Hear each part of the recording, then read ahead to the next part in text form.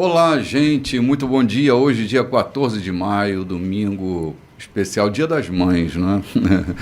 Quero começar o programa saudando todas as mães que estão nos ouvindo, nosso respeito, nossa consideração à maternidade, a essa atividade que tem mudado o curso do planeta. Citando aqui uma frase de Abraham Lincoln, a mão que embala o berço é a mão que rege o mundo. Esse é o poder da influência que há sobre a vida de uma mãe. Como uma mãe é capaz de mudar o destino das coisas. Como está nela essa força poderosa para mudar realidades. Então, minha saudação a todas as mães que hoje estão tomando café conosco, estão nos acompanhando, seja aí no trajeto da sua casa para algum canto, seja sentada à mesa conosco, tomando café, minha saudação a todas vocês e parabéns pela maternidade. Eu estou hoje acompanhado do meu querido amigo, meu irmão amado, João Silveira, pastor estimado que conosco está essa manhã. Muito bom dia, querido. Muito bom dia, querido bispo. Muito bom dia, ouvintes, participantes desse programa. Bom dia, demais companheiros do programa. Muito bem. E também Lloyd Nogueira. Bom dia, meu bispo. Nossa bom dia. Radionovelista. Opa, presente. Seja bem-vinda. Esse é um domingo maravilhoso, bem especial. Quero dizer parabéns para você que é mãe, para você que está gerando, ou para você que gera amor, né? Gera amor, porque existe tantas mães que não receberam dentro do seu útero, né? Sim. Um ser, mas são pessoas que Deus privilegiou, né, adotando, criando alguém, dando amor, importância, conexão, e é isso que vale. Eu sou filha de uma mãe que me criou, então eu tenho duas mães. Então quero dizer a você, minhas mães, parabéns pelo seu dia, viu? E parabéns para você, mamãe, que está colocando a sua mesa, preparando aí o almoço especial para o seu filho e para os filhos. Olha, hoje, abrace a sua mãe, diga para ela o quanto ela é especial para você. Dê um telefonema, viu? Dê o seu melhor sorriso, o seu melhor abraço.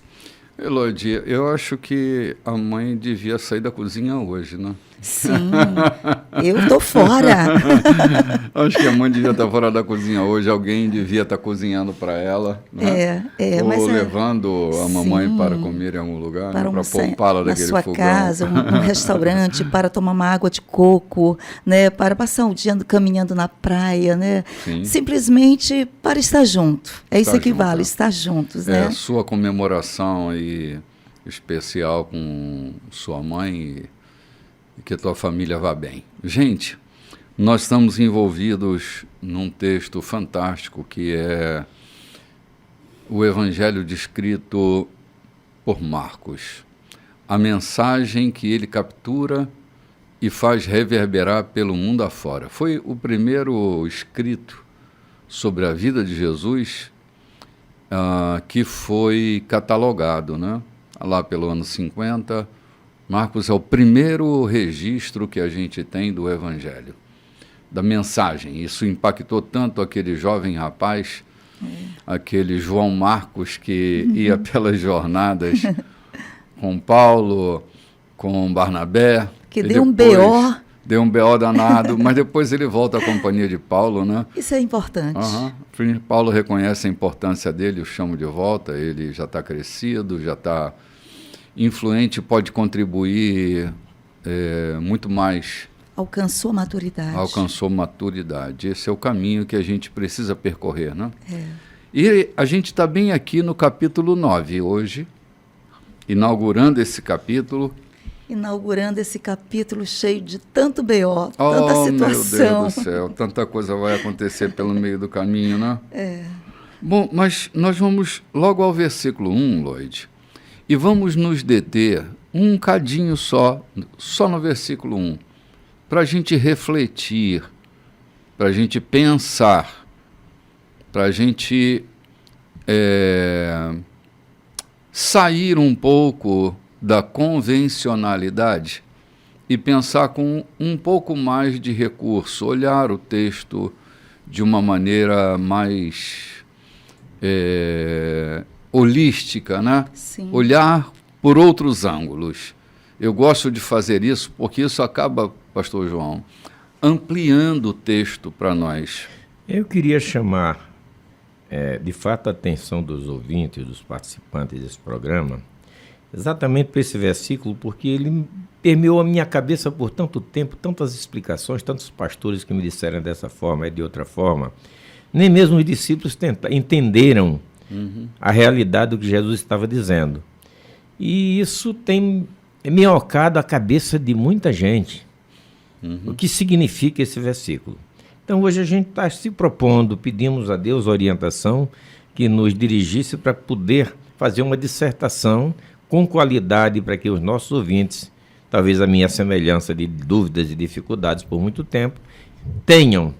E às vezes até abandonam o versículo, passam por ele por não entenderem, então não tratam com a mesma dignidade com o restante. Sim. Então hoje Deus nos deu a graça de podermos trabalhar com vocês, conosco também, o que quer dizer esse versículo. Sim. Queridos, todos nós, antes de entrar no texto, só vou fazer um preâmbulo para que a gente possa situar o texto.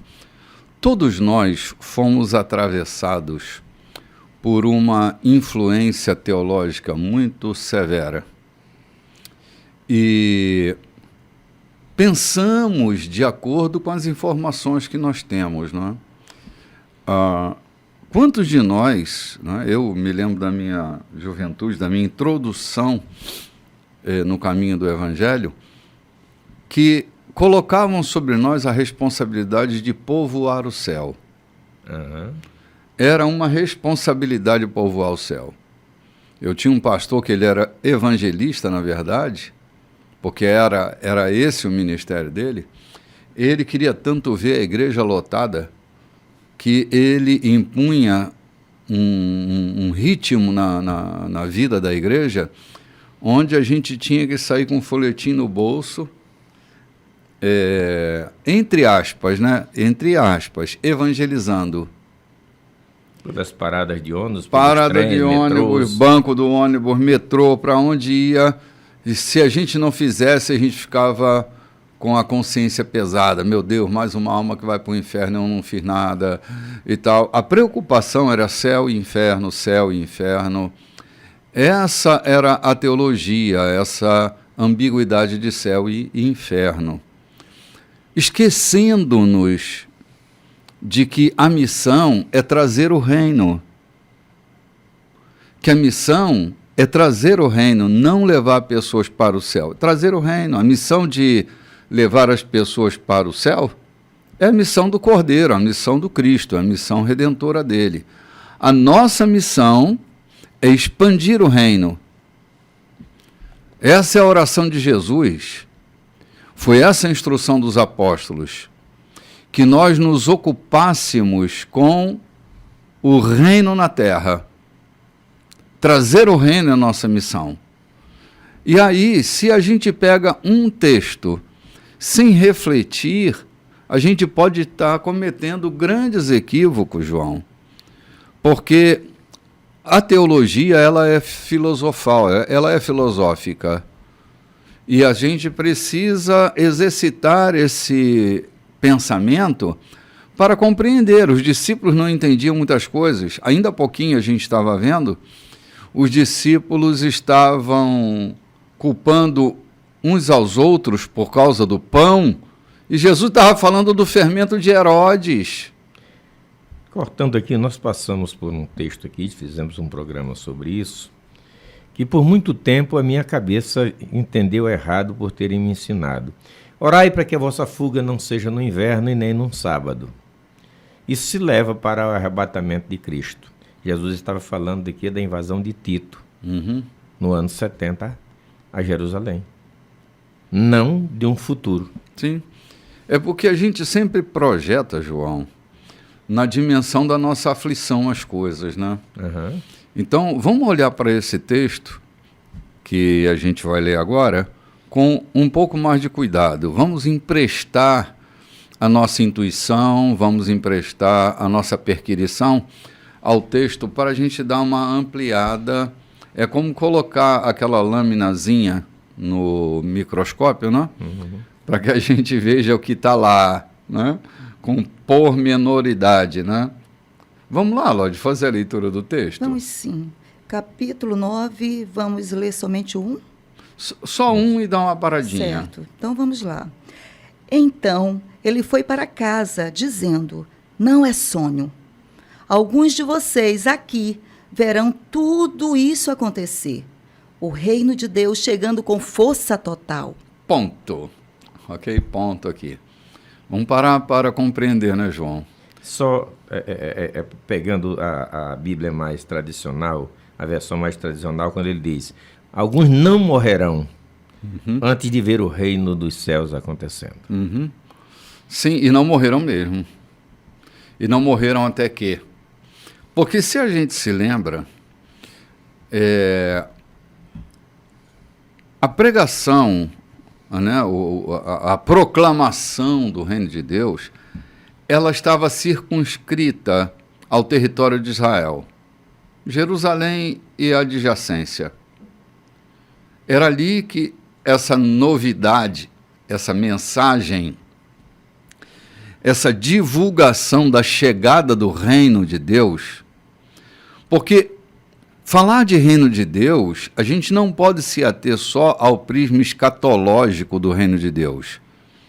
Tipo, o arrebatamento da igreja, a manifestação plena do governo de Cristo sobre a terra, porque o reino de Deus começa aqui, começa já, começa hoje. Começou há 2000 e tantos anos atrás. Jesus está falando exatamente disso. Aliás, começou no Éden, né? O reino de Deus. Começou no Éden, o governo de Deus. Para o homem. Para o homem, porque sim. Antes já existia sempre, né? Sim, ele era Senhor sobre tudo, sempre. E depois Jesus mesmo disse: o reino de Deus chegou. O reino de Deus chegou. Trazendo é que João Batista anunciava que o reino estava por vir. Isso. Aí quando Jesus chega, ele diz, né? Lembra que João Batista, o reino está próximo, o reino... Aí Jesus diz, o reino está dentro de vocês. O reino está dentro de vocês. E na comissão aos discípulos, naquela comitiva, ele diz: e anunciai que o reino dos céus é chegado. Exatamente. Então o reino é chegado desde Cristo. Vamos tomar esse caminho aqui. Sim. O reino de Deus é chegado desde Cristo. E ele vem se expandindo. Com a morte de Jesus, o que aconteceu é que muitos daqueles que estavam ali, ouvindo Jesus falar, presenciaram a maior expansão do reino sobre a terra. Nesse momento que houve grande dispersão, as diásporas da experiência cristã, né? Sim. Nós temos duas diásporas interessantes, que é a dos judeus e a dos cristãos, né? Eles saíram por todo lado. O evangelho chega à China, chega à Índia, o evangelho desce, vai para a Europa, Paulo vai à Espanha. Então, eles presenciaram ainda em vida essa expansão de poder. Que já era prevista no Velho Testamento, predita por Abacuque, né? Exatamente. Abacuque quem diz, como as águas cobrem o mar, né? Do conhecimento da sua glória há de se encher toda a terra. Palavras de Abacuque. O que aconteceu a partir da morte de Jesus foi que o conhecimento da glória de Deus foi enchendo toda a terra. Me lembro de uma parábola de Jesus. Pela primeira vez a gente vê o fermento sendo usado como algo positivo nessa dieta dos judeus. Ele diz que o reino de Deus é como uma mulher que escondeu uma colher de fermento debaixo de uma massa, até que tudo ficou levedado. Então, está em harmonia com o que Jesus está dizendo aqui, porque está ficando tudo levedado, João. Então, o que Jesus estava dizendo para os discípulos? Alguns de vocês sobreviverão para ver o reino de Deus sendo proclamado a todas as nações. Com poder e toda a glória. Com poder e glória. Então, o que é que aconteceu na Inglaterra há algum tempo atrás? Uma manifestação, uma explosão de poder e de avivamento. Depois, o que é que aconteceu no Brasil com a chegada dos franceses trazendo o evangelho, que hoje, graças ao Brasil, já temos o quê? Um percentual muito elevado, quase meio a meio do Brasil, de evangélicos com outras religiões. Da influência do evangelho, da né? influência do evangelho. Entre então, católicos e evangélicos e etc. Né? Acreditamos que não há nenhum país no mundo, eu militei muito no Ministério Gideônico, e nós estávamos em 100 e alguns países, 123 países. Então, nós cremos que não há nenhum país nesse mundo onde o reino de Deus não esteja em atuação. Uns mais abertos, tímidos, outros bem mais expansivos. Sim, verdade. É o poder do evangelho se expandindo. E muitos dos discípulos viram isso acontecer. João morreu em larga idade, né? Foi um dos discípulos que mais tempo Pedro já não era né? tão jovem quando foi crucificado, né? Sim. Sim, e você viu o poder do evangelho, né? O reino de Deus, com todo o poder e sua glória, sendo esparramado, está sendo esparramado até hoje. Até hoje. Então, olhar para esse texto é pensar um pouco, refletir um pouco, porque Jesus não está limitando essa expansão do reino, com seu poder e sua glória, a uma circunscrição. A um evento. A um episódio. Ele está olhando para a expansão desse reino e de toda a sua glória e de todo o seu poder. Com né? grande poder. O evangelho é o poder de Deus. Sim. Né? Eu fiz questão da gente dar só crê. uma sublinhadazinha, Lodi, nesse versículo, porque ele ajuda a gente a pensar em larga escala, né? Além de tirar dúvidas, como permeou a minha cabeça por tanto tempo. Dúvidas de tanta gente. O que Jesus estava dizendo? E aí, os discípulos iam esperar o arrebatamento vivos? Ou então ressuscitariam para ver o arrebatamento? Porque tudo que se levava o reino de Deus vindo seria Jesus vindo com poder e glória para arrebatar a igreja. Sim, foi uma tendência escatológica, João. É o que está muito claro aqui para visão. nós hoje e que nós estamos transmitindo para vocês, de que Jesus estava falando da expansão do evangelho. Sim. E não da sua segunda vinda. Sim, exatamente. Uma visão limitada, igualmente a Pedro, com a visão limitada, que depois a gente vai ver isso. Né? Sim. Vamos lá, a gente pode avançar um pouco mais aí para o versículo 2. Vamos avançar. 6 dias depois, 3 dos discípulos viram isso acontecer. Jesus levou Pedro, Tiago e João a um alto monte. Ali, a sua aparência mudou diante deles. Suas roupas brilhavam intensamente, de uma brancura tal que ninguém seria capaz de produzir.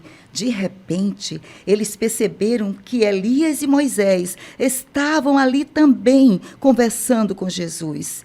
Então Pedro interrompeu a conversa. Rabi, que grande momento, hein?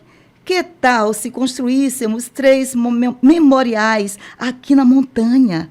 Um para o Senhor, um para Moisés e um para Elias.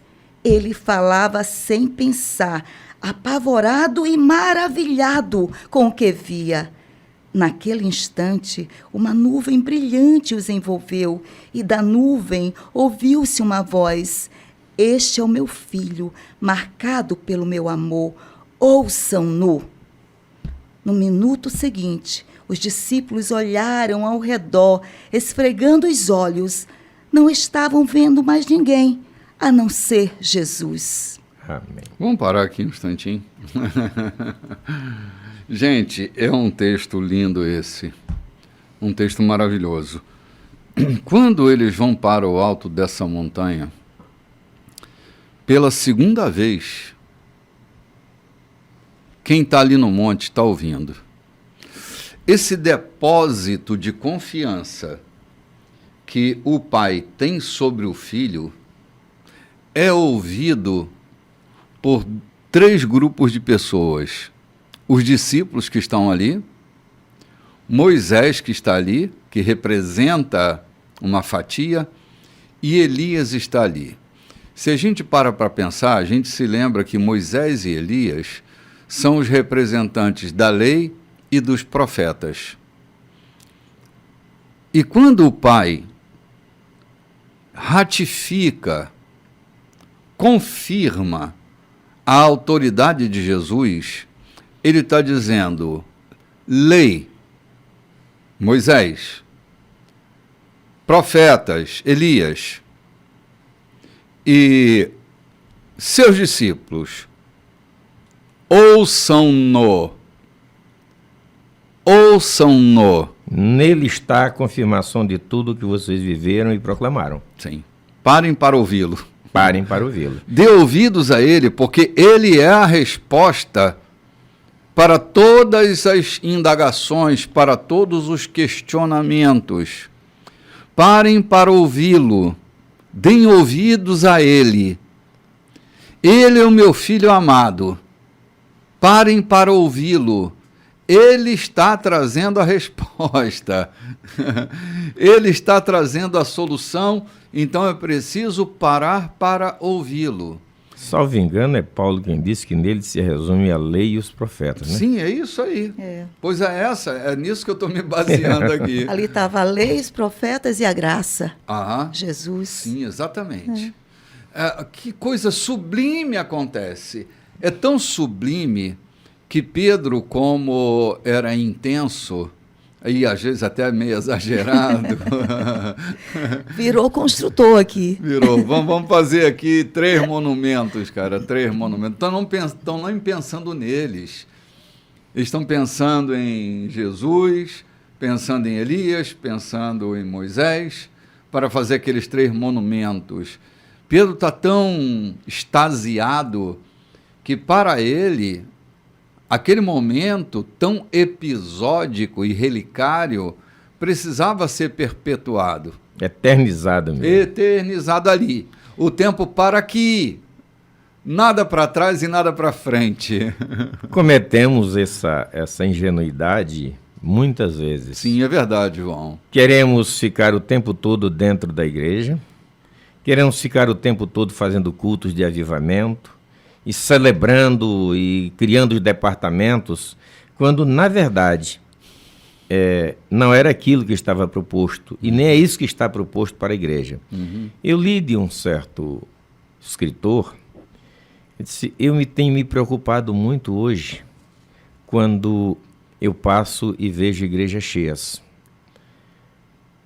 Parece que é um contrassenso isso. Passo e vejo igrejas cheias domingo, segunda, terça, quarta, quinta, sexta, sábado e domingo de novo, e eu vejo a igreja cheia o tempo todo.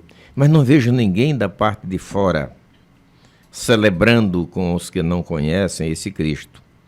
Não vejo ninguém daquela comunidade comunicando esse Cristo que eles estão vivendo dentro da igreja.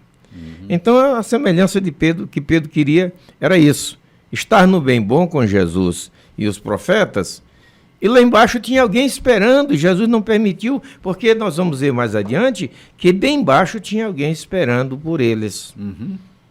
Alguém necessitado. Estava ali um pai, há quantos dias? Não sei, no pé do monte esperando a volta deles. João, é que a igreja, ela se encanta com uma espiritualidade que faz ela tirar os pés do chão. E espiritualidade só pode ser vivida com o pé no chão. Por isso, essa subtração da realidade vivida por Pedro, Tiago e João faz com que eles queiram ficar naquele culto para sempre, né? O cume do monte. O cume do monte. Agora, o que a gente precisa lembrar é que o fundo do poço nos ensina lições que nenhum topo da montanha será capaz de nos ensinar. E a gente vai para o fundo do poço já já, enquanto eles estão ali no alto da montanha, né? Gente, a gente vai tomar um cafezinho e volta já. Olá, gente, estamos de volta. Estamos aqui no meio dessas luzes todas de cima da montanha, tudo brilhando, a roupa de Jesus brilhando, seu corpo brilhando. Era um espetáculo. Mas havia um desafio: continuar vivendo e produzindo a expansão do reino. Jesus está com essa missão e transmitindo essa missão a seus discípulos. Então, estar no meio daquele espetáculo era maravilhoso, mas não era suficiente. Havia uma outra realidade que eles não podiam deixar de viver. E logo depois desse encantamento todo, Jesus vai chamá-los para a realidade.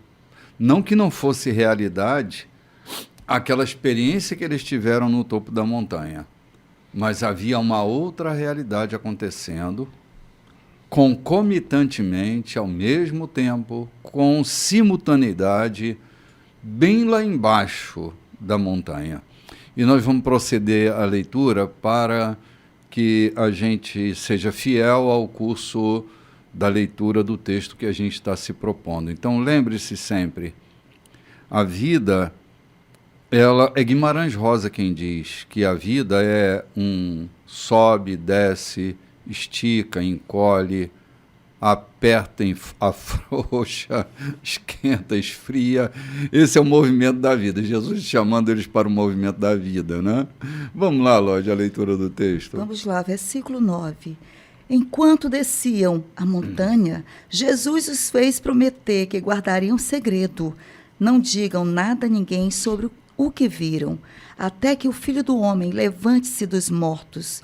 Mas eles ficaram imaginando o que significaria levantar-se dos mortos. Eles fizeram a pergunta: por que os líderes religiosos dizem que Elias tem de vir primeiro? Jesus explicou: Elias vem para deixar tudo pronto. A verdade, porém, é que Elias já veio, mas eles não o reconheceram. Eles o desprezaram, assim como irão tratar o Filho do Homem. De acordo com as Escrituras, ele sofrerá terrivelmente, será torturado e tratado com desprezo. Quando desceram a montanha para se reunir aos outros discípulos, viram-se rodeados por uma multidão imensa, que debatia com os líderes religiosos. Assim que viu Jesus, o povo ficou animado. Correram para ele e o saudaram. Ele perguntou: o que está acontecendo? Por que toda essa agitação? Um homem da multidão respondeu: Mestre, eu trouxe meu filho, que foi deixado mudo por um demônio. Toda vez que o demônio se apossa dele, joga-o no chão. O menino baba, range os dentes e fica rígido como uma tábua. Falei com os teus discípulos, esperando que o libertassem, mas não puderam. Jesus suspirou, inconformado. Mas que geração! Vocês não conhecem Deus? Até quando vou ter de aguentar esse tipo de coisa? Quantas vezes ainda vou ter de passar por isso? Tragam o menino aqui. Eles o trouxeram. Quando o demônio viu Jesus, apossou-se do menino, que ficou babando e se contorcendo no chão. Jesus perguntou ao pai do menino: há quanto tempo isso acontece? Desde que era pequeno. Muitas vezes o demônio o joga no fogo ou no rio para matá-lo. Se o Senhor puder fazer alguma coisa, tenha misericórdia e nos ajude. Jesus disse: se eu puder, tudo é possível para quem tem fé. Assim que Jesus disse essas coisas, essas palavras, o pai do menino exclamou: eu creio, mas me ajude a vencer as minhas dúvidas. Percebendo que a plateia ficava cada vez maior, Jesus deu ordens expressas ao espírito maligno. Espírito mudo e surdo, eu ordeno, sai dele e não volte.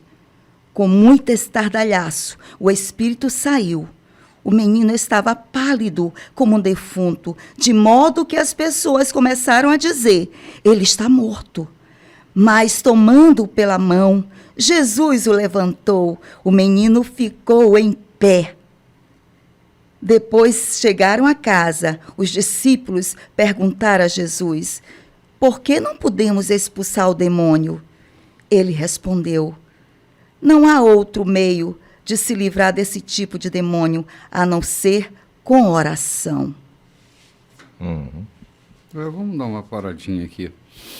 Gente, tanto conteúdo depois que os discípulos esfregam seus olhos e descobrem que há novas realidades a serem percorridas, novas experiências a serem degustadas, né? E só corroborando aquilo que a gente já falou anteriormente sobre a realidade do chão da vida, olha quanta coisa aconteceu, João, nesse momento que eles descem da montanha. No minuto seguinte, Marcos aqui ele coloca, no minuto seguinte, os discípulos olharam ao redor, esfregaram os olhos, porque Jesus tinha falado antes, gente, não é sonho, né? Aqui eles esfregaram os olhos e já não estavam mais vendo ninguém, a não ser agora quem? Jesus. Minuto seguinte. Caramba, se eu não estiver preparado para entender o movimento da vida, pode ser que eu atrele a minha máxima espiritualidade às minhas relações episódicas no curso da minha fé e despreze a importância daquilo que está acontecendo na aflição da dimensão do outro que está próximo de mim. Olha o que está acontecendo. Um monte de gente, nosso relacionamento com Deus não pode se tornar um escapismo no enfrentamento dos problemas que nós temos no curso da nossa vida. Se há um problema a ser enfrentado, enfrentemos. Se há um topo da montanha preparado para nós, desfrutemos. E não neguemos o movimento da vida, achando que eu só sou espiritual, se eu estiver produzindo, João, um espetáculo, uma sensação de bem-estar. A espiritualidade também vai estar na dimensão do mal-estar, da aflição, seja minha, seja do outro. No caso específico aqui, era o mal-estar que tinha na vida daquela família. É um pai e um filho passando por uma experiência de tragédia na existência dele. Tu imagina a aflição que esse pai, essa família, vivia até aquele momento. Desde infante, desde já a era infância. adulto. Mas eu estou me preocupando aqui um fato. O homem estava com seu filho adoecido. Estava lá no sopé da montanha, alguém esperando que Jesus descesse, mesmo que não quisessem crer, mas eram obrigados a crer, porque estavam ali os mestres da lei, da religião. Ou seja, um homem com um filho precisando de ajuda e os religiosos discutindo religião aqui no pé da montanha, bem próximo dele. Ou seja, o que é que nós estamos vendo aqui? Religião, crença, reteté, igreja, avivamento, que não faz, que não produz na vida do outro a libertação, é mera religião. Sim. Aqui estavam os mestres da lei discutindo com os discípulos. Os discípulos também, naquele momento, não se preocuparam, porque tentaram e não conseguiram, e resolveram partir para a discussão com os mestres da lei. João, não é que a gente está chamando avivamento dessa experiência sobrenatural de topos de montanha? Não é isso que nós estamos chamando de avivamento? Avivamento é isso.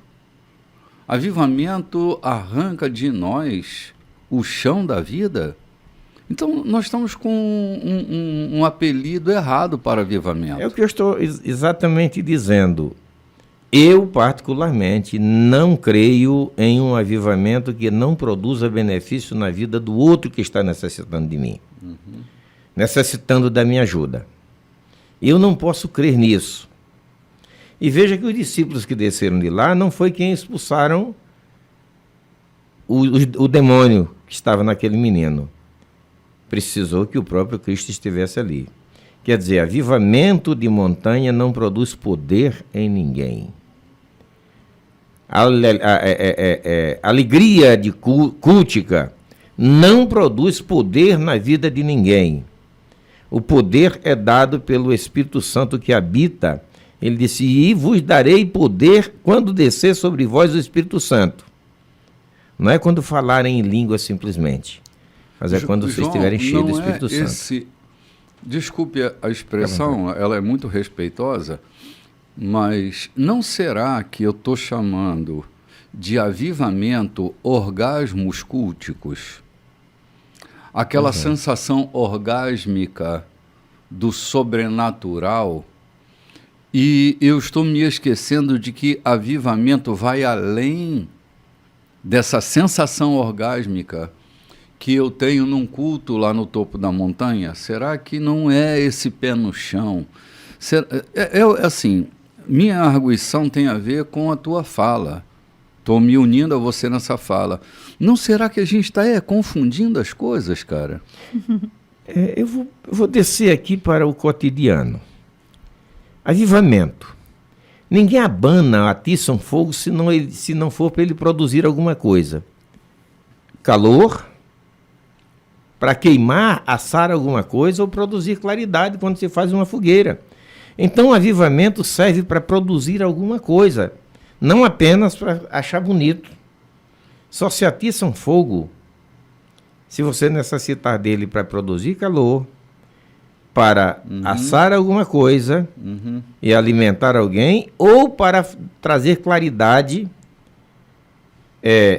e assim clarear o ambiente. Então, para mim, avivamento não é apenas para um momento de êxtase, como você diz, o osgármico, cultico do momento. Aqui estavam os discípulos descendo, cheios da glória de Deus, mas não traziam poder para levantar aquele homem, para curar aquele menino. Foi necessária a intervenção do próprio Jesus. Isso significa dizer que eu saí cheio até na tampa do culto, que eu me preocupe com aquele que está debaixo da ponte para trazer a comida para ele naquele momento, ou então o cobertor que ele está com frio. Não estou dizendo que deve ser a minha prática todos os dias, mas no caminho da minha casa. E eu tenho falado dito muito isso. Eu vou para a igreja e quando volto de lá eu dobro a esquina, venho por outro canto, porque esta rua aqui tem muitos usuários. E eu tenho medo deles. Quando eles estão esperando apenas o meu boa noite. Tudo bem com vocês, meninos? Que o usuário respeita crente. Eles têm o maior respeito por crente. Mas eu dobro a esquina e vou por outra rua distante para não passar por ali, porque eu tenho medo deles. Então eu trouxe o que da igreja? Poder? Ou eu trouxe apenas uma casca de avivamento, uma casca de frenesi religioso? Sim, verdade. Aqui Marcos mostra que tem uma imensa multidão, né? Jesus está lá no topo da montanha, mas tem uma multidão ali que está precisando, né, de solução. E ninguém resolve nada no meio da multidão. Isso lembra muitas coisas que a gente participa, né, que está ali uma multidão, né? Mas se Jesus não descer, não estiver presente naquele lugar, nada acontece. O enfermo sai enfermo. Né? Os problemas, vamos com eles para casa se Jesus não estiver resolvendo no nosso dia a dia aquilo que só ele faz, como ele disse aqui. Os discípulos, por que nós não conseguimos? O homem disse aqui, ó, Tinha aqui os discípulos, mas eles não resolveram nada. Muitas vezes estão aqueles que não estão resolvendo nada, porque é Jesus. Não adianta, humanamente, nós não vamos resolver nada. Sim. Dentro da nossa limitação, né, de coisas de homens, de luzes, de fogueiras, né, de coisas bonitas, de sofá enfeitado, de cartazes. Ali só está as coisas que atraem o olhar humano. Mas se Jesus não estiver no meio disso tudo, o doente vai sair doente. Sim. O demônio vai para casa junto com aquele que chegou ali. E Jesus disse, tem coisas que só se resolve debaixo de oração. Não deixa nada distrair, você tem que estar posicionado. Ele está falando aqui o quê? De posicionamento, de intimidade, de relacionamento com Deus. Não deixa nada te distrair, não deixa as luzes te distrair, não deixa o palco, a plateia, não deixa o nome do próprio homem, daquele que chegou para fazer a preleção daquele dia, te distrair. É Jesus. E Jesus foi naquele lugar e resolveu. Sim. Né? O que me impressiona nessa história, Luide e João, é a fala desse pai. Esse cara consegue mapear exatamente o que está acontecendo com ele. Ele, o pai. Sim.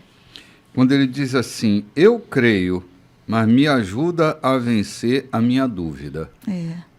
Olha, ele não está dizendo a minha incredulidade, porque para isso eu creio. Mas Jesus eu tenho já dúvidas. tinha dito, se eu posso, eu posso. Sim. Agora tu crê?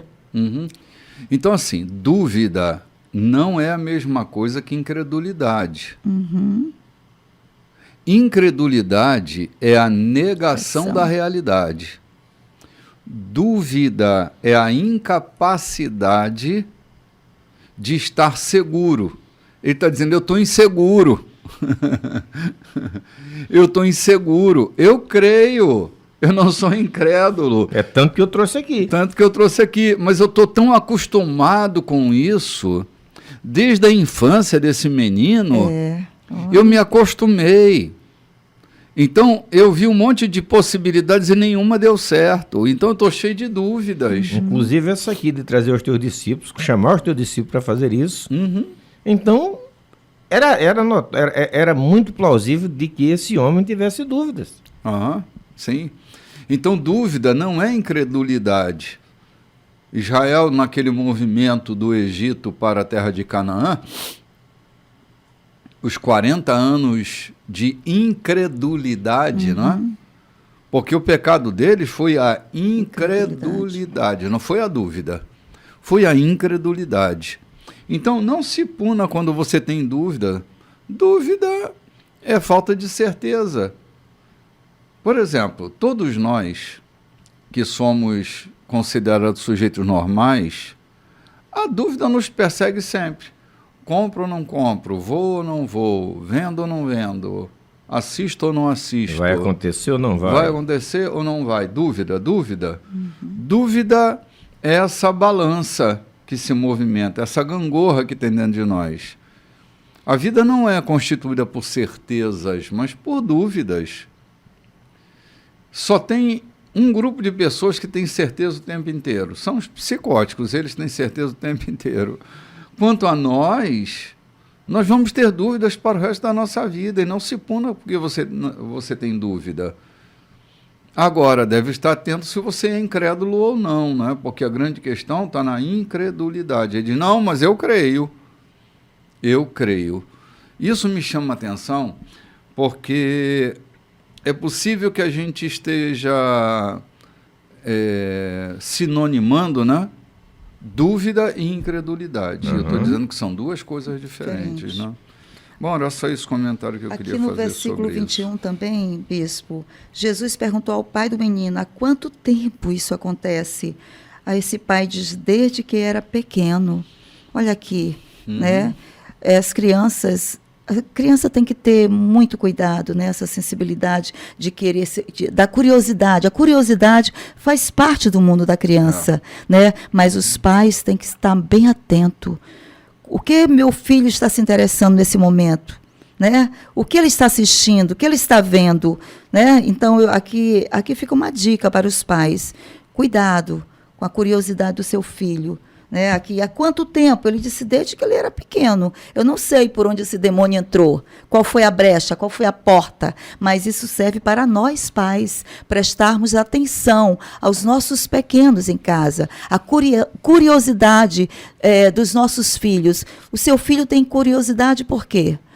Para que área da vida? Então, preste atenção, porque nós não sabemos quais portas espirituais estão se abrindo através da curiosidade de uma criança. Não é isso, pastor João? Ou da curiosidade ou da possibilidade que nós insetamos para ele.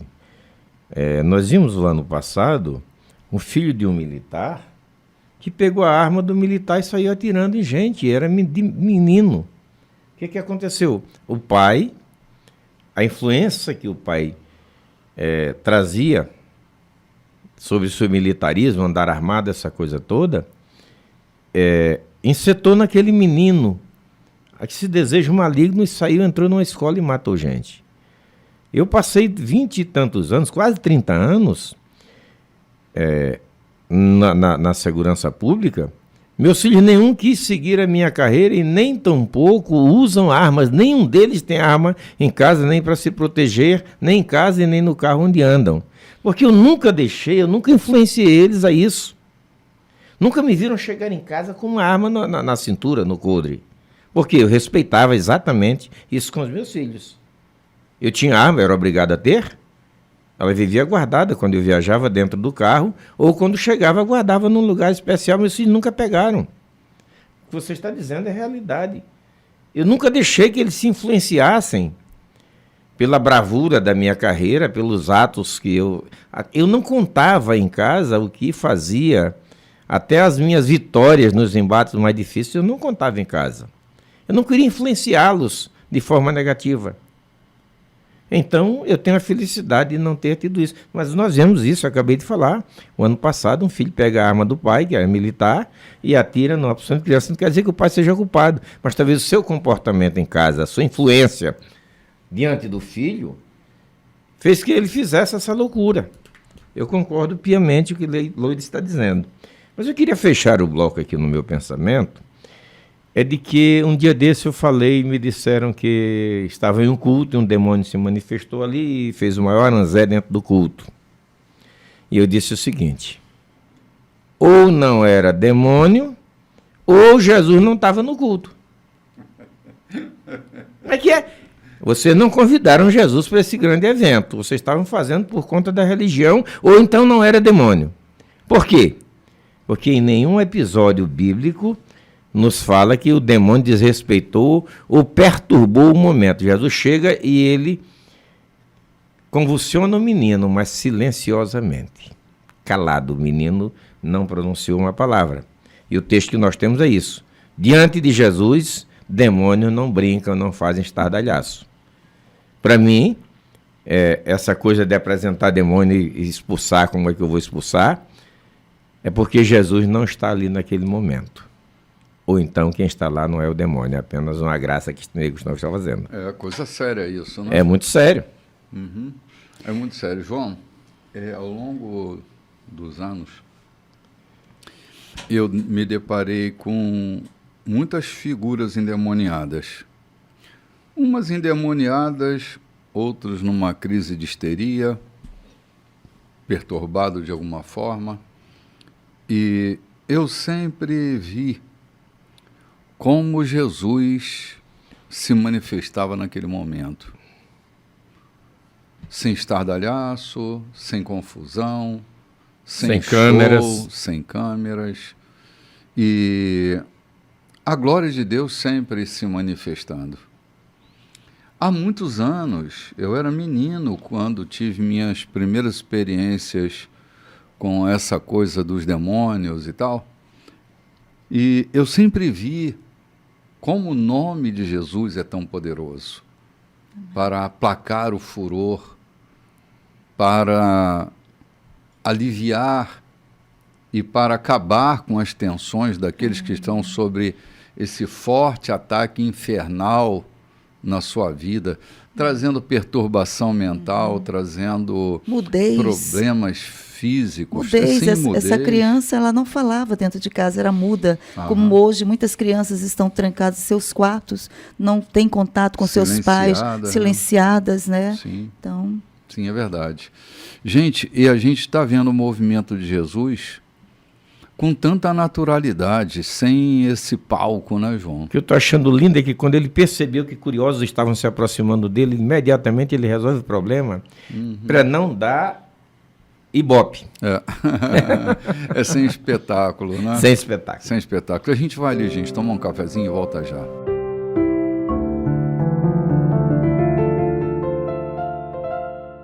Olá, gente, de volta para o terceiro bloco do nosso programa. Esse é o programa Café com Bispo. Nesse dia maravilhoso, Dia das Mães, nós estamos refletindo sobre essa trajetória de Jesus. E Jesus já vai sair daquele momento onde ele está deixando aquela família em liberdade, o menino curado de toda a tormenta que o invadira desde a infância, já é um rapaz. São anos de tormenta e Jesus vai ali, tira a surdez, a mudez e liberta da opressão que havia sobre aquele menino. E já ele está se deslocando, nós estamos aqui no versículo 30 do capítulo 9 de Marcos, apreciando essa narrativa que Marcos faz sobre o que está acontecendo, sobre o que Jesus está falando e o que ele está fazendo. E nós estamos agora num novo deslocamento de Jesus, né? Jesus está indo mais uma vez e nós vamos acompanhar de perto o que está acontecendo. É como um mergulho que a gente está dando na história aqui, vivenciando essa experiência de Jesus. Pode fazer a leitura, Lloyd, do texto? Verso 30 do capítulo 9. Saindo dali, viajaram pela Galileia.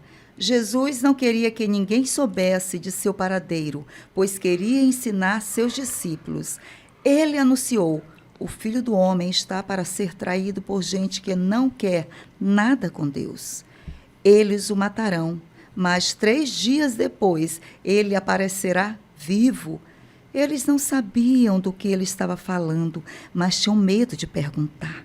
Vamos parar aqui. Só uma paradinha rápida, gente. Jesus já estava falando da sua ressurreição há algum tempo para os discípulos. Lá na frente, que a gente vai ver no episódio da morte, parece que essa dor do luto trágico rouba deles toda a memória, toda a lembrança das coisas que Jesus havia falado. No monte ele fala de ressurreição, nem fala de morte. Eles ficaram voando sobre isso. Sem entender, continuou, né? Há coisas que a gente está vivendo numa dimensão tão distante, com profundezas tão rasas, que a gente não consegue ouvir com clareza o que está sendo dito. Jesus está falando, e cada vez com mais clareza, sobre o episódio da morte e da ressurreição. E ainda vai acontecer gente como Clopas, né, que está desolado ali porque você não sabe o que aconteceu, ele morreu, acabou tudo, nosso projeto foi para o espaço e tal. E ele não está atento que Jesus já está ali ao lado dele, falando com ele, conversando com ele, e ele não está atento a esse movimento, né? O Júnior, um cantor de Curitiba, tem um hino muito lindo que ele diz assim: há muita gente hoje que ainda chora a morte de Cristo, lembra do seu sofrimento como um pobre coitado. Quer dizer, a ressurreição não lhe é uma glória, o sofrimento é muito mais do que isso. Muitas vezes somos masoquistas de fato. João, a identificação com a dor é tão forte que às vezes a gente fica fixado nela, né? Outro dia eu estava dizendo, eu fui percorrido pela morte de Jesus, mas eu assumi o estado da ressurreição, que é o estado seguinte, é a glória, é o levantar, sacudir a poeira e dar a volta por cima, é o recomeçar, é o reinício. E às vezes a gente está tão dolorido com os episódios que matam, que a gente se esquece de que ressurreição é o destino, né? E a gente está desatento. Os discípulos estavam desatentos, não estavam entendendo o que Jesus estava dizendo, embora Jesus estivesse sendo muito claro. João, na nossa própria experiência de diálogo com as pessoas, quantas vezes a gente está dizendo coisas que elas não estão entendendo? Está tão claro? mas não está entendendo. Não está conseguindo ir para aquela dimensão que a gente está falando, né? Às vezes a gente está numa profundidade diferente da profundidade dos outros e não consegue ser compreendido exatamente, né? Como...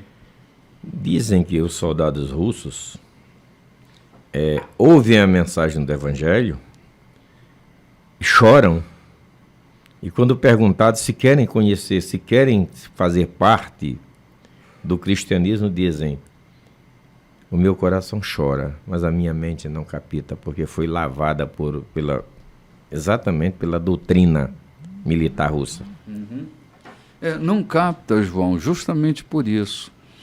Porque o Evangelho ele precisa ser capturado e captado com a alma da gente. Não é com o intelecto. É aquilo que vaza para dentro da alma sem que a gente tenha que racionalizar as coisas, né? Por isso que eles não conseguem captar com a mente deles, porque não é captável com a mente. É loucura para os que se perdem. É até e uma poder história de Deus bonita, para os que né, creem, bispo? Né? É até uma história bonita, mas não desce ao coração, né? Exatamente, é uma história bonita, mas não desce ao coração. E o profeta já dizia aquilo que os olhos não viram, os ouvidos não ouviram, e nem desceu ao coração. Ou seja, há uma necessidade de que essa mensagem seja captada pelos ouvidos, mas desça ao coração de fato. Sem descer ao coração, não passa de religiosismo. Não passa de religião. Para que nós tenhamos um cristianismo de fato na nossa vida, é preciso que ele desça ao coração. Na vida de muitas pessoas, João, está ficando uma coisa mais intelectualizada, não é? Parece que não há um rompimento, não desce ao coração. Isso é sério. Não desce ao coração é coisa séria. É coisa severa para quem quer ter uma experiência em profundidade com Deus, não é? Vamos avançando aqui, minha irmã? Vamos. Aqui vamos para o versículo 33, certo, pastor João? Pois não. Ok. Eles foram para Cafarnaum. Já em casa, ele perguntou: o que vocês discutiam pelo caminho? O silêncio foi constrangedor, porque eles estavam discutindo sobre quem deles era o maior. Ele se assentou, chamou os 12 e disse: saibam que quem quiser ser o primeiro ficará por último e será servo de todos. Ele pôs uma criança no meio da sala e, pegando-a nos braços, disse: quem recebe uma dessas crianças, como eu estou fazendo, recebe-me também. Mais que isso, recebe o próprio Deus que me enviou. Vamos parar aqui, caramba. Nosso relacionamento com as crianças é uma coisa muito, muito marcante. Se a gente não consegue receber uma criança, se tudo que a gente tem para a criança é censura, crítica, severidade, punidade, a gente não experimenta essa coisa doce e essa coisa profunda da relação com Deus, com o Evangelho, com a vida espiritual, né? Olhando para essa criança, eu me lembro de Jesus dizendo, né, tem que se fazer como uma criança, tem que nascer de novo, tem que se fazer como uma criança. Falando para Nicodemos, né? É preciso, Lloyd, a gente entender que quando a gente nasce de novo, a gente é ressignificado agora por regras do Evangelho, né? Por princípios, desculpe aqui, corrigindo, por princípios do Evangelho. E a gente precisa estar atento a que o Evangelho entre dentro da gente. Ontem eu falava com a minha esposa sobre alguns comportamentos, né? Então, eu não faço coisas que não valem a pena, não é porque eu não possa fazer. E nem porque eu não queira, é porque eu não devo. Dentro do meu coração não há intenção de fazer de fato. Revidar um insulto não deve ser feito, não porque te leva para o inferno, porque denigre a tua imagem, é porque dentro de ti não há mais espaço, quando há espaço para o evangelho dentro do coração do homem, não há revide e não há espaço para revidar. Muito pelo contrário. Então, se eu não faço não é porque eu não quero, não é porque é proibido. Eu não faço porque eu não devo fazer, porque não há espaço para mim, dentro de mim, para fazer isso. Não cabe. Então, quando o evangelho penetra o coração, a gente começa a entender coisas que não entendia. Quando é uma religião, a gente cumpre. Cumpre na marra, cumpre a contragosto muitas vezes. Tem até aqueles que dizem lá pelo interior, olha, eu sou crente, mas meu facão não é. Ou seja, eu posso mandar ele nas tuas costas direitinho se você não me respeitar. Eu sou crente, mas o meu facão não é crente. Entenderam, Loide? Ou seja, mas é verdade. São religiões intelectualizadas e não um evangelho entrado, penetrado no coração. Então não há prática, na verdade, do viver o evangelho, a prática de uma religião. Então, quando eu não estou cumprindo a religião, eu posso meter o facão, porque meu facão não é crente. Crente sou eu. Muitas vezes a gente tem essa atitude, né, infantilizada, né? Aqui o Senhor tomou uma criança, colocou como exemplo receber uma criança, trazer essa criança, dar o crescimento a essa criança, o crescimento sadio, deixar essa criança desenvolver, né, com o evangelho sadio. Isso é importante, pastor João. Aqueles que estão chegando, vamos colocar essa criança, aqueles que estão chegando à igreja, que se converteram ao evangelho de Cristo, que estão agora, muitas vezes a gente quer dar um crescimento logo imediato a essa criança. E essa criança ela tem que começar a crescer naturalmente, tomando leitinho, depois um alimento mais forte, desenvolver aos poucos. Não a gente começar a quebrar fases do crescimento dessa criança, porque lá na frente nós iremos ter problema com esse jovem, com essa moça, com essa pessoa que se converteu na igreja e agora nós queremos logo projetar um amadurecimento que essa pessoa não tem. Eu tinha um amigo, posso citar o nome dele, era um judeu, um engenheiro bem-sucedido, um homem bonito. Então, ele veio a Cristo. E anos depois ele me disse, quase me matam na igreja. O fato de eu ser engenheiro, ser um homem bem projetado, quando eu me converti, me obrigaram a vestir um paletó e me sentaram na tribuna e queriam que eu pregasse. Aquilo que eu não aprendi, eu sei engenharia, eu entendo de cálculos, mas não de evangelho. Quase matam, quase acabam com a minha fé, porque viram em mim um homem eloquente e queriam que eu começasse a pregar toda noite, queriam que eu pregasse sentado ali na tribuna junto com os demais de paletó e gravata. Quase eu morro, quase sucumbo na fé, não fosse. João, não está atento ao crescimento, à evolução, ao progresso, ao deslocamento das pessoas, faz a gente precipitar coisas na vida delas que só vão fazer elas sofrerem. Por exemplo, eu fui ordenado, eu tinha 24 anos de idade. Um menino. Hoje, olhando, eu me permiti que fizesse um crime comigo, né? Eu queria tanto pastorear, eu não tinha nem ideia do que era pastorear. Mas eu devia estar sendo ordenado, acho que hoje, para pastorear. Porque com 24 anos eu não aguentava nem com minhas pernas, né? Muitas vezes o chamado está agora latente, mas tem o tempo do crescimento, da maturidade. Eu estava entusiasmado, mas eu tinha maturidade. Eu não suportava uma pressão, João. Quando aquelas coroas da igreja falavam mal de mim, elas tinham razão por falar. As coroas... Era um menino fazendo bobagem. Era um menino fazendo bobagem. Eu ficava desolado, eu chorava, eu me angustiava. As senhoras da igreja, bispo? As senhoras, As senhoras da igreja, desculpe. As coroas, mas as senhoras da igreja.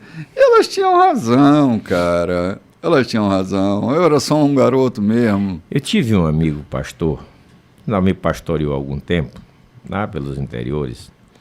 Então ele estava numa cidadezinha à beira do rio Pindaré, onde não tinha nem acesso de carro. De repente, ele é içado para a cidade de Viana. Ou seja, sai do meio do nada e vem para a segunda cidade mais populosa, mais alvissareira da Baixada Maranhense. E um dia, aqui em São Luís, ele me disse: cometi o maior erro da minha vida. Dirigi, pastorear uma cidade grande, saindo de onde eu saí. Fiz bobagens uma atrás da outra. É tanto que tive que sair de lá, transferir de lá, porque não soube lidar com o sucesso, com o crescimento, com a cidade grande. Sim, João. São essas coisas, as etapas, né? Etapas. As etapas. Quando a gente queima essas etapas, principalmente quando a gente faz gestão de pessoas, fazer gestão de gente, cara, tem que ter sensibilidade para entender o que é aquela pessoa. Jesus faz gestão. Uma vez ele disse assim: cara, tem umas coisas que eu tenho que dizer para vocês, mas vocês não podem suportar agora. Uma hora eu digo. É que tem coisas, quando a gente faz gestão, que a gente entender. É capaz de suportar? É capaz de entender? Tem recursos para compreender? Eu estou exigindo, mas eu estou ensinando. Né? Então são essas coisas que a gente precisa estar atento na movimentação da vida das pessoas, né? Crescimento é crescimento, a gente tem que respeitar, né?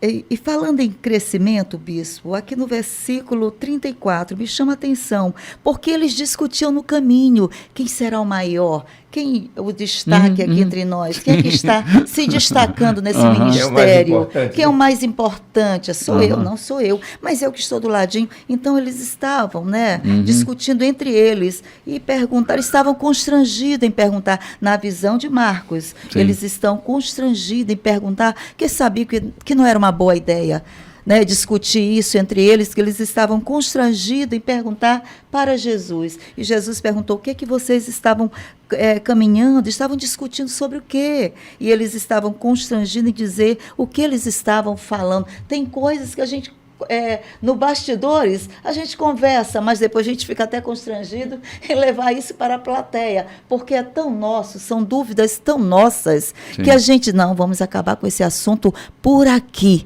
mas sabe que Jesus quer saber desse bastidor, dessa tua ideia, ele quer acabar com essa ideia, ele quer dizer: olha, não coloque isso na sua cabeça, vamos acabar com essa ideia por aqui. Né? Vocês perceberam uma coisa, que Jesus fala de ressurreição, fala de sua morte, e eles não entendem nada? Porque até então, o ministério, a gente falou isso em off, o ministério daqueles homens não era um ministério espiritual, não era um ministério religioso, era um ministério que eles esperavam que aquele homem que eles seguiam um dia assumisse o trono de Jerusalém. Então eles não pensavam. Imagina se Pedro pensasse que seria na sua velhice crucificado de cabeça para baixo. Imagina se Tiago pensasse que, por conta do evangelho, ele seria traspassado por uma espada de Tiago. Imagina se eles pensassem nisso. Então eles estavam vendo o sucesso político daquela época. Então talvez estivessem discutindo quem é mais importante, quem vai ser o quê quando ele sentar lá no reino. Que cargo eu terei? Que cargo eu terei? Então, o que é que eu estou fazendo para ter? Quem é que vai ser o ministro-chefe do gabinete? Quem vai abrir esse congresso? Hein? Quem vai ser a preletora? Quem vai abrir? Né? Olha aqui, tanta coisa, hein, que pois a gente, muitas vezes, nós estamos fazendo. Se vocês se lembram, muito semelhantemente, eu acho que esse era um assunto muito comum entre eles. Quando a mulher de Zebedeu se aproxima de Jesus, o problema é o mesmo. Quando ela pede: Senhor, quando tu assumires o trono de Israel, não dá para que um se sente à tua direita e outro à tua esquerda, e tal. E os discípulos ficaram furiosos. Por quê? Por quê? Porque eles também cogitavam ou a direita ou a esquerda. Os primeiros ministérios de um reino. Assuntos dos bastidores. Pois é. Né? Assunto dos bastidores. Não é diferente nas igrejas. Não é diferente no meio das igrejas a disputa entre lugar de privilégio. Ruim é quando fica esperando o líder morrer, né, João? Para assumir o lugar. A disputa da preferência, até a disputa da preferência da atenção do líder. Eu já vi isso, eu já lidei com casos dessa natureza. Preferência. Entendeu? A disputa da preferência, de quem ele gosta mais, de quem ele aceita o trabalho melhor. O próprio líder. Não era nada de Jesus Cristo. Talvez o discípulo estivesse vivendo exatamente essa situação. Quem tem feito o melhor para agradá-lo? Olha, Mateus levou para almoçar na casa dele. Mas Pedro cedeu, Muito bem. Mas Pedro cedeu o barco para que ele preletasse um dia inteiro na beira do mar. E depois ainda foi pescar. Depois de acuado ali o tempo todo com o barco, ainda saiu para a pescaria. Quem tem mais importância já na visão, nesse contexto? Pastor João, já na visão do Marcos, ele coloca assim, como se não tivesse nada a ver com o pai nem com a mãe. Essa é a ideia deles mesmos, eles colocaram, foi a mãe na frente. Eu não sei se eles colocaram, talvez foi ela mesmo no seu zelo de mãe. Talvez no seu zelo de mãe, sem saber o que estava querendo para o filho. Aí agora, como estamos no Dia das Mães, eu quero citar o exemplo da mãe de John Wesley. A mãe de John Wesley tinha 6 filhos. 5 eram pastores. Do famoso John Wesley, um grande avivalista da Inglaterra.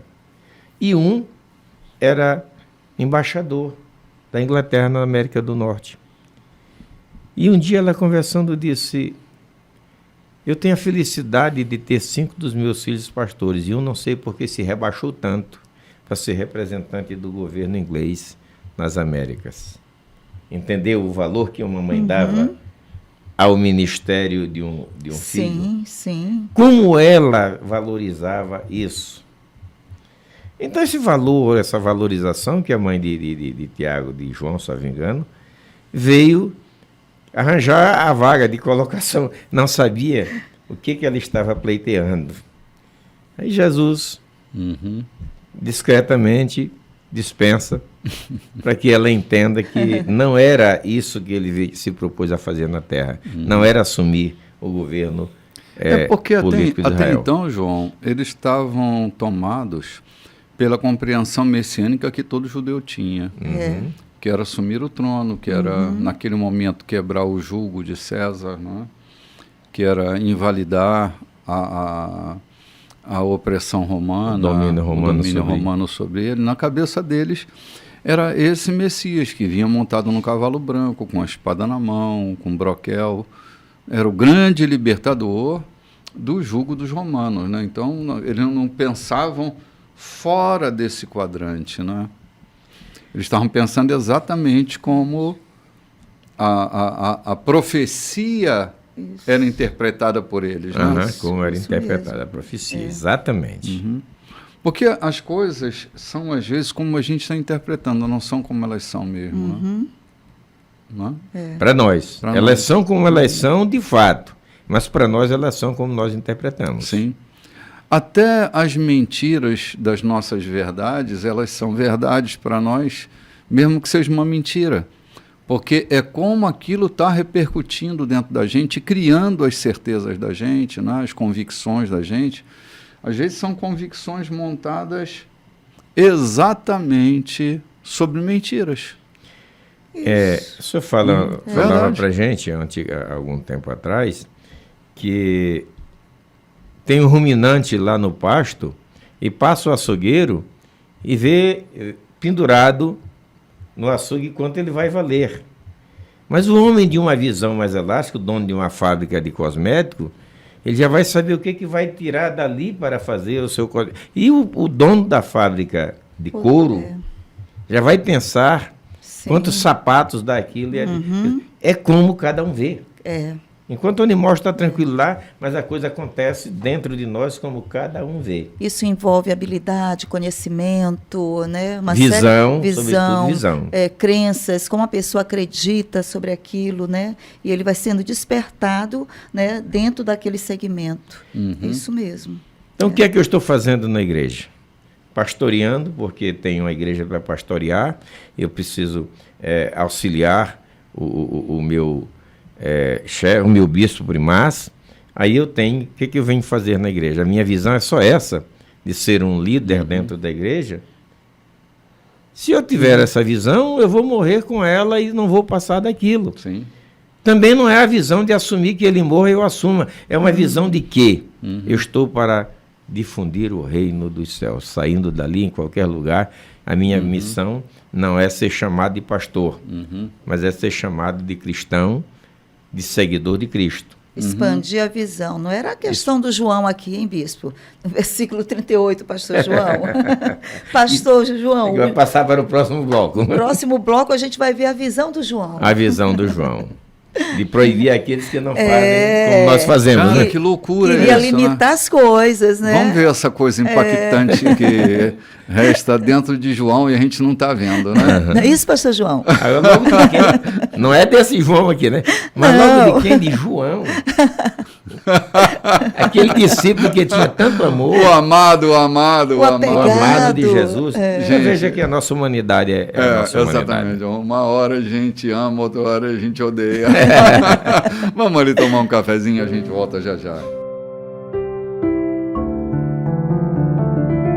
Olá, gente. Estamos voltando aqui para o quarto bloco da nossa programação. Esse é o último bloco do nosso programa. Lembrando que hoje é Dia das Mães. E dê uma ligadinha para sua mãe, dê uma visitada, prepare um almoço especial para ela, porque é um dia da gente lembrar a importância que ela tem na vida de todos nós, não é? E nós estamos discorrendo aqui, gente, num assunto tão precioso, tantas coisas boas que a gente está vendo, né? O conflito dos discípulos para ocuparem um lugar, querendo saber quem é mais importante que quem. É gente que deve ter sido desimportantizado lá na infância, né? Não foi importante para o papai e para a mamãe. E agora quer ser importante para Jesus, né? Ô, Jesus. Ou para os outros. Ou para os outros. Aproveitando a deixa de Jesus, você claro. para os outros. Promoção, né, João? E a gente está caminhando e encontrando coisas fantásticas, né? Estamos seguindo a história, Lloyd. Estamos seguindo aqui, já vamos para o versículo 38, meu bispo. Isso. Posso começar? Ok. Então, João disse a Jesus: Mestre, vimos um homem usando teu nome para expulsar demônios e o impedimos, porque ele não é do nosso grupo. Opa. Jesus reprovou-os: Não o impeçam. Ninguém pode usar o meu nome para fazer algo bom e poderoso e, no momento seguinte, afastar-se de mim. Se ele não é inimigo, é aliado. Qualquer um que lhes der um copo de água em meu nome está do nosso lado, e Deus levará isso em conta. Mas quem prejudicar esses que são como crianças, intimidando-os ou tirando proveito da simplicidade deles, logo irá desejar nunca ter feito isso. Seria melhor jogar-se no meio do mar, com uma pedra amarrada ao pescoço. Se sua mão ou seu pé os atrapalha na caminhada com Deus, é melhor cortá-los e jogá-los fora. É preferível viver mutilado ou aleijado do que ter 2 mãos e 2 pés que o levem para a fornalha de fogo eterno. Que isso? Se seu olho desvia sua atenção de Deus, arranque-o e jogue-o fora. É preferível viver com apenas um olho do que ter uma visão perfeita no fogo do inferno. Todos, cedo ou tarde, irão passar por um fogo purificador, mas vocês serão preservados das chamas eternas. Por isso, preservem-se, vivam sempre em paz. Vivam sempre em paz. Vivam sempre em paz. Gente, vamos viver em paz. Vamos viver em paz. João, parece que aqui estava começando a se formar a primeira denominação da história. Eles não são como nós, não são dos nossos. Essa percepção que o discípulo tem sobre a coisa de quem não anda conosco não é de nós, é uma percepção com o espírito denominacionalista. E dominador, né? Dominador, claro. Só está certo quem anda com a gente. Só é digno de respeito quem anda com a gente. É nessa circunstância que João vai pedir para Jesus permissão para orar e fazer descer fogo do céu, né? Para queimar. Para queimar aqueles que não são. Que não estão com a gente. Não estão. Eu tenho dito, porque no meu princípio, vocês ouviram a fala do João Bentivi no domingo passado, né? Sim. Ele dizendo que eu aprendi e que vim desmistificar isso agora, né?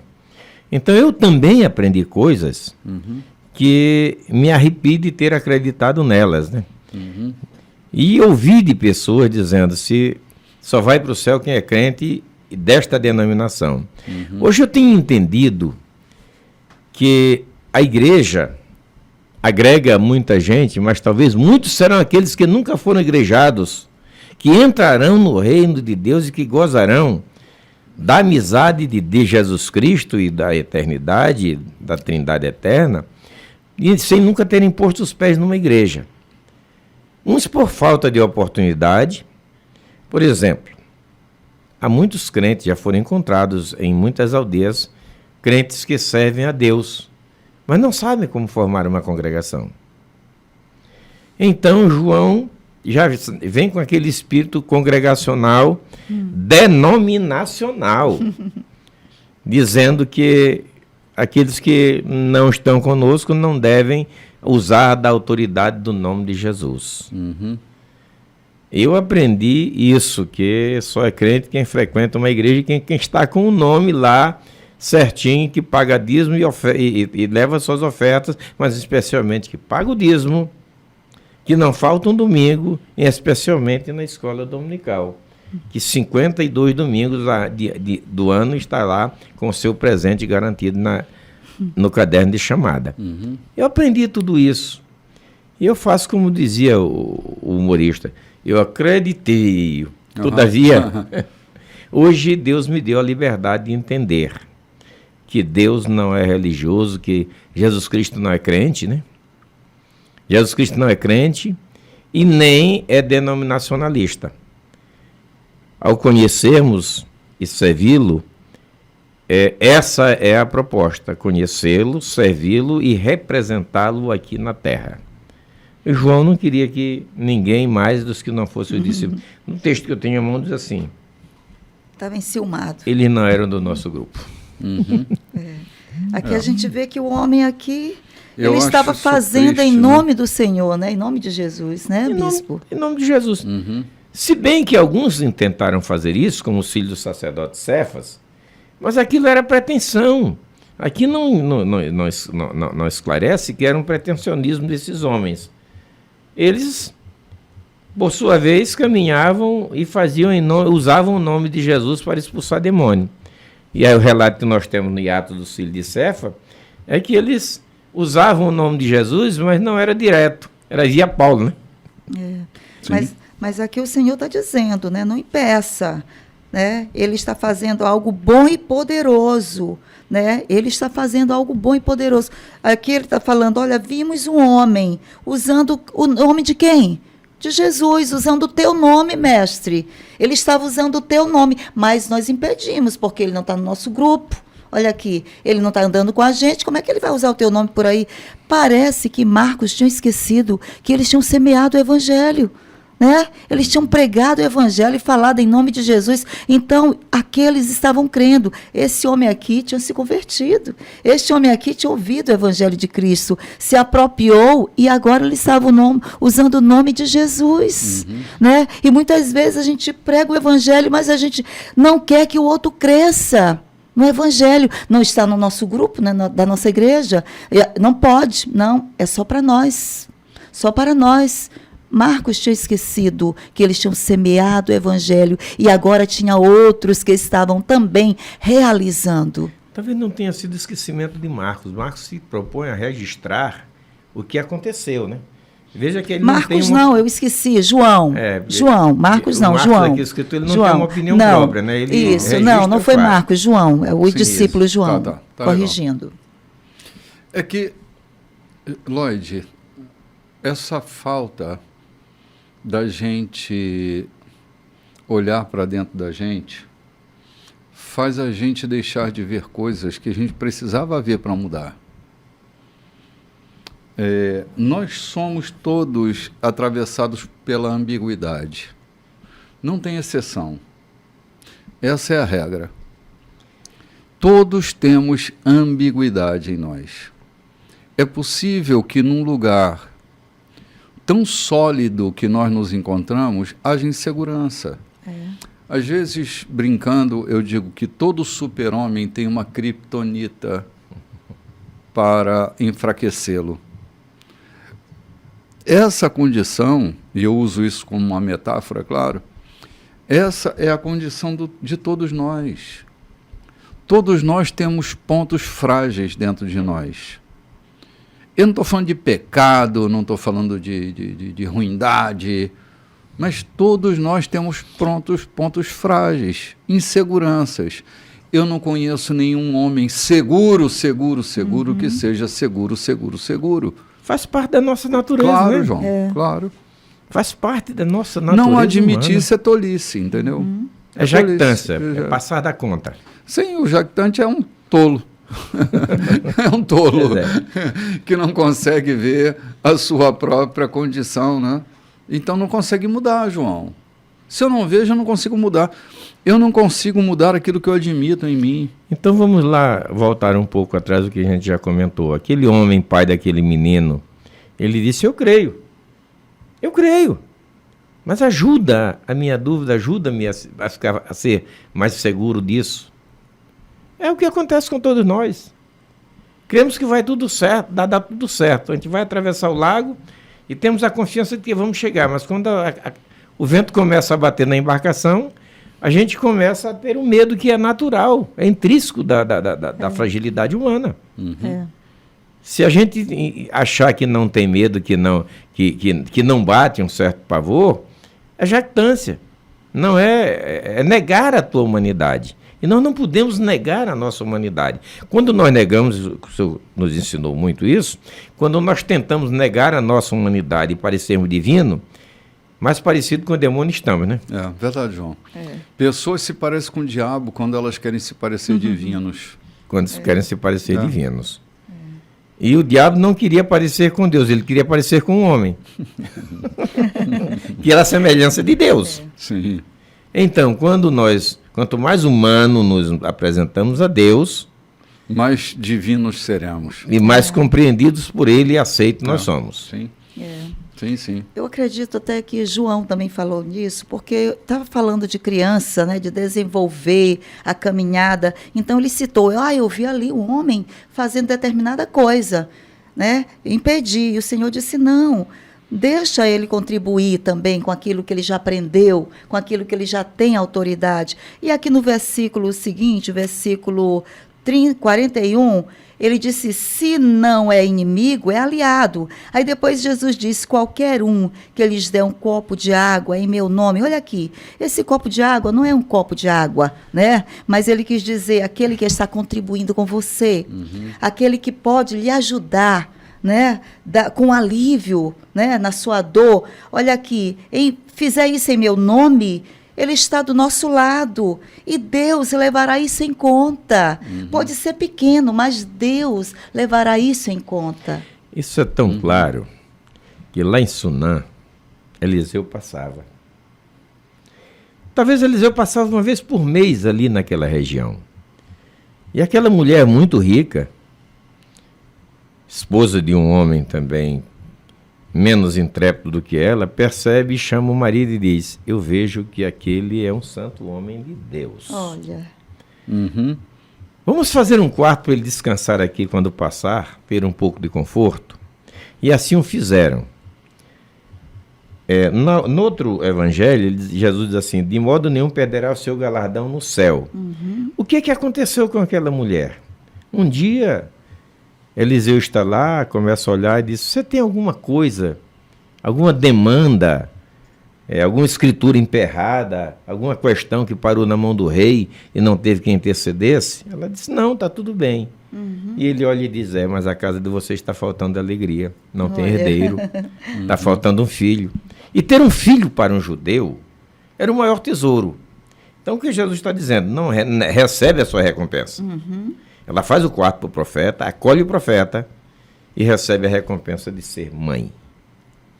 Jesus está dizendo aqui, qualquer um que fizer alguma coisa em meu nome, ou seja, porque vocês são meus seguidores, vocês não perderão de forma nenhuma. Ou quem fizer isso, não perderá, Deus não o esquecerá, né? Assim que isso, diz o texto. isso. Não será esquecido por Deus, será lembrado. Recompensado. E a gente tem, eu acabei de falar, a gente tem isso já no Velho Testamento, de alguém que viu alguém como um servo de Deus e recebe como recompensa pelo seu ato o dom de ser mãe que era estéril. Que coisa linda. Não é que eu vou fazer para ganhar. Eu faço porque você é cristão, eu faço porque eu apoio o teu ministério, porque eu vejo que no teu ministério há seriedade, você está fazendo como seguidor de Cristo. Não me custa apoiar o teu ministério. Deus me deu a oportunidade de apoiar centenas. Deus me deu, até certo ponto da vida, negócios que me rendiam recursos, e eu nunca neguei de apoiar muitos ministérios. Da Jocum ao Ministério Gideônico e tantos outros. Eu não tenho nenhum arrependimento, fiz não para ter recompensa, mas porque eram ministérios que proclamavam o nome de Jesus. Amém. Glória a Deus. E às vezes são tão diferentes de nós, né? Pensam tantas coisas diferentes. E é isso aqui, bispo, no versículo 42, Jesus já diz, mas quem prejudicar esses que estão fazendo pequenas coisas, que eles são como crianças nesse momento, no seu desenvolvimento, intimidando-os, tirando proveito da simplicidade deles, logo irá desejar nunca ter feito isso. Olha aqui. Deixa ele trabalhar na simplicidade, deixa ele contribuir com esse momento de maneira simples. Jesus está falando aqui, não impeça, não prejudique o desenvolvimento dele. Aí o Senhor depois vai falar, se a tua mão direita, João, está fazendo você, né? Aí ele vai trazer isso aqui, o discernimento sobre a mão direita ou o pé direito, aquilo que está atrapalhando você de fazer com que esses pequeninos prosperem. Sim, é impedir essa prosperidade. É como considerar o outro um raca, né? Um raca, um imbecil. Um insignificante. Um insignificante. Cara, a nossa missão é deixar as pessoas errarem até acertarem. Oh, que bem. Sabe? A gente não pode impedir o erro dos outros, mas vamos tentar até que eles acertem. Tem que ter paciência, crescimento. Tem que ter paciência. O que não temos que fazer é colocar pedra no caminho dele. Pelo contrário, se encontrarmos uma pedra onde ele vai passar, é tirarmos essa pedra. Sim, exato. É dar o copo de água. É facilitar, né, É facilitar a caminhada dele, daquilo que faz. Mas quando Jesus se refere, se o teu olho te escandaliza, o teu pé, a tua mão... Eu conheci um cidadão, um crente antigo, morreu quase aos 100 anos de idade, que dizia que se o teu olho te escandaliza, porque tu olhou uma mulher e desejou... É para tu pegar um anzol e arrancar o olho mesmo físico. Não, pastor João. Eu ouvi.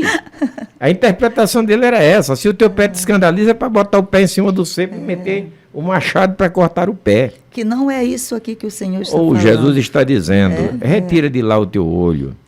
Se você está a ponto de não aguentar o teu vizinho, brigar com ele, criar um escândalo, criar uma situação, muda de casa. Vai para outro canto, vai morar noutra casa, porque é melhor que você more apertado, incomodado, do que arranjar confusão e ser mal visto na vizinhança onde você está. Se o teu olho, a tua ganância, pelo aquilo que tu estás fazendo, entendo eu assim, a tua ganância, o teu olho é cobiçoso para a piscicultura do vizinho, para a fazenda do vizinho, procura mudar isso mesmo que te custe a dor da perda de um olho. Porque eu não sei se há dor maior de perder um membro do que de perder o olho. Eu vi a necessidade de um médico imobilizar ou matar um olho por conta da pressão que estava intensa, e eu vi o sofrimento daquela criatura. Então eu entendi que quando Jesus diz assim, arranca o teu olho, você mesmo que você sofra dor igual a de perder um olho nas tuas finanças, na tua vida, mas é melhor que isso aconteça do que você provocar escândalo, do que você provocar mau testemunho, do que você se perder na vida. Até porque, João, o problema da gente não está no globo ocular, está na mente da gente, né? Isso. Aqui A visão ela é estabelecida na mente da gente. Isso. O olho só tem a função de capturar a imagem. É só a janela aberta. É só a janela. É a mente que vai processar aquela informação que foi capturada pelos olhos, né? E quando Jesus fala aqui, ele já não está falando sobre os que estão chegando. Ele está falando agora para Pedro, para os discípulos. Olha, se existe alguma coisa que está atrapalhando você até aqui, elimine. O que está te atrapalhando, João? Pedro, Tiago, vamos começar agora eliminando. O Senhor está falando aqui de anular os acessos. Né? Tirar aquilo que acessa, que está levando a acessar hábitos. É um hábito, é um mau hábito, é uma rotina que está me eliminando de ter mais intimidade com Deus. É o quê? Ele está dizendo, tira os acessos. Aquilo que que tira da presença de Deus, que faz com que você seja prejudicado. É isso que o Senhor está falando. Vamos eliminar esses acessos. O meu olho é um acesso, os meus pés é um acesso, a minha mão é um acesso. Aí ele diz, vai eliminando os acessos. As lembranças, digamos vai anulando digamos isso que está te Pedro, prejudicando. Digamos que Pedro está ali seguindo a Jesus, mas está sendo incomodado porque deixou toda a sua estrutura de pesca e aquilo está ali provocando tristeza, porque os recursos aqui não são tão abastados como ele tinha na pesca, e ele deixou toda aquela estrutura de pesca. E Jesus está dizendo para Pedro, esquece isso. Esquece, veja o que você conseguiu durante todo esse tempo. Não está melhor estar aqui comigo do que voltar a pescar? É uma lembrança daquilo que perdemos ou daquilo que deixamos. Sim. Um negócio que era vantajoso para nós, mas oprimia pessoas, extorquia pessoas, não por uma questão pessoal, mas por uma questão do próprio negócio, prejudicava outros.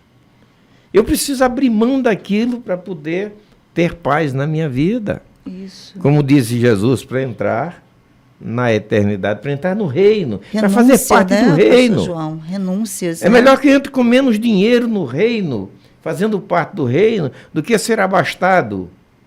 E isso cause prejuízo a pessoas. E ele diz assim, se alguém atrapalhar algum desses ingênuas criaturas que estão fazendo o trabalho. Então será melhor que eu tenha uma vida em paz, com menos recurso, do que eu viva perturbando os outros, porque isso será como, é melhor que eu amarre uma pedra de moer, uma pedra de amassar oliva, que pesa aproximadamente 50 quilos, é melhor que eu amarre uma pedra daquela no pescoço e me jogue no mar, porque será muito menos trágico do que viver uma vida e enfrentar o julgamento por aquilo que eu estou fazendo errado. João, porque a vida da pessoa, a vida da pessoa se torna infernal quando ela vive dessa maneira. Sem dúvida. E é melhor, não sei se é melhor ou pior, não estou nem avaliando, mas talvez seja menos insuportável amarrar uma pedra no pescoço e se jogar no fundo do mar. Muitos se suicidam porque não suportam o dissabor da vida. Sim. E uma vida como essa que Jesus está falando é uma vida de insuportabilidade. É insuportável, é um inferno. Então, é mais barato para essa economia, é mais barato que você acabe com a vida do que viver nessa condição. Né? Eu tenho muitas pessoas que me relacionei há algum tempo atrás, por vizinhança e qualquer coisa, que vivem uma vida tão desregrada, e um deles, um dia desse, teve o dissabor de ver matando o filho na sua própria presença. Imagina o que é isso. Hein? Por conta de quê? Da própria vida que ele viveu, da loucura, da vida dissoluta que ele viveu, explorando, roubando, fazendo negócios sem boa realização. Um dia desse ele teve o dissabor de verem matando o filho dele na sua própria casa, na sua presença. isso quer dizer que ele é a próxima vítima. Então, pode não aguentar, pode ser melhor passar um... Não é que nós estejamos aconselhando a fazer isso. Foi Jesus quem disse. O sofrimento de quem atrapalha a vida dos outros é pior do que se jogar no mar com uma pedra no pescoço. Aí ele fala, tira isso que está impedindo você de crescer, de caminhar, de ter uma caminhada saudável. Muitas vezes é uma rotina, pastor João. Uma rotina, muitas vezes é um mau hábito, né? É um vício que está me impedindo. Aí o Senhor diz, acaba com isso. Acaba com isso, fica só com uma mão. Acaba com isso e segue tua caminhada. Eu queria falar tanto, mas o nosso programa está chegando no finalzinho e eu quero desejar a todas as mães um dia excelente em companhia dos seus filhos. É um dia feliz, um dia de paz para todas vocês, um dia de felicidade. Mais uma vez, parabéns pelo desempenho da educação dos seus filhos e de todo o progresso que você conseguiu fazer. Parabéns, mamãe, Deus abençoe vocês. Amém. Eu quero mandar os nossos parabéns à dona Rosana, lá no Rio de Janeiro, a mãe do digníssimo bispo. Ela está ligada, hein? E a mãe dos meus filhos também, dos meus 3 filhos, a pastora Marlene, que a essa altura está nos ouvindo. Amém. Também quero homenagear todas as minhas amigas que hoje são mães, as minhas 2 mães, Dona Bibi e Dona Jemima. Muito obrigada, viu? A gratidão eterna. Forte abraço, gente. Domingo de paz. Shalom a todos vocês. Shalom.